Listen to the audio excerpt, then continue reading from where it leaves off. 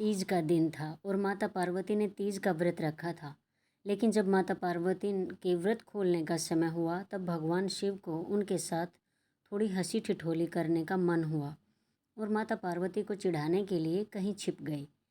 अब माता पार्वती के व्रत खोलने का समय था, इसलिए वह भगवान शिव को ढूंढ रही थी। उन्होंने शिव जी को हर दिशा में हर जगह ढूंढा, गुफा, जंगल, पहाड़, लेकिन माता पार्वती को शिव जी कहीं नहीं मिले। और अंत में थक हार कर माता पार्वती एक खाली मैदान में बैठ गई और शिव जी के आने का इंतज़ार करने लगी। समय बीतता गया लेकिन भोलेनाथ नहीं आए।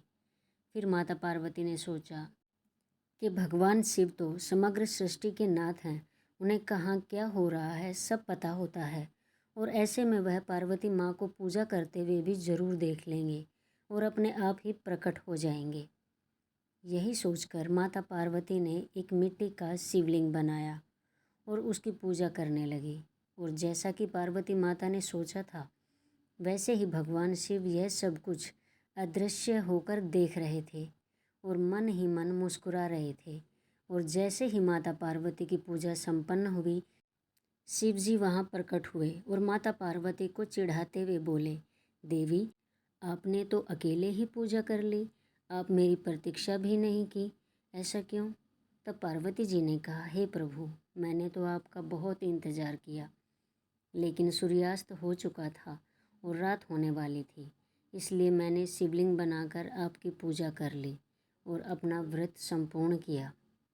यह बात सुनकर शिवजी ने फिर ठिठोली करते हुए कहा, मैं तुम्हारी बात पर कैसे विश्वास कर लूँ?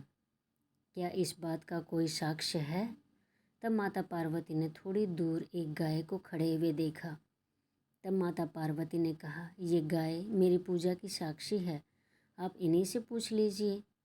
लेकिन वह गाय भी भोलेनाथ की यह हंसी ठिठोली के बारे में जानती थी, जिसकी वजह से जब शिवजी ने उन्हें माता पार्वती की पूजा के बारे में पूछा तब गाय ने ना में सिर हिलाया और शिवजी ने हंसते हुए उनसे कहा कि वह बस उनसे थोड़ी हंसी ठिठोली कर रहे थे और वह सच जानते हैं, लेकिन अपने पति के सामने झूठा कहलाने का कलंक माता पार्वती को सहन न हुआ और उन्होंने गाय को श्राप देते हुए कहा, जिस तरह आज तूने झूठ बोला है उसी तरह अब तुझे झूठन ही खानी होगी। भले न तुझे अच्छे से अच्छा भोजन क्यों न मिले, लेकिन तू झूठन के पीछे भागेगी।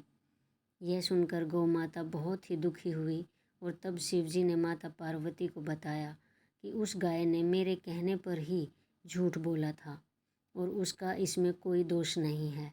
यह बात सुनकर माता पार्वती को अपने श्राप पर बहुत दुख हुआ और उन्होंने गौ माता को यह आशीर्वाद दिया कि वह दिव्य जन्मा है और उनके सभी गुण जैसे हैं वैसे ही रहेंगे, लेकिन उनका दिया गया श्राप अब नहीं टल सकता।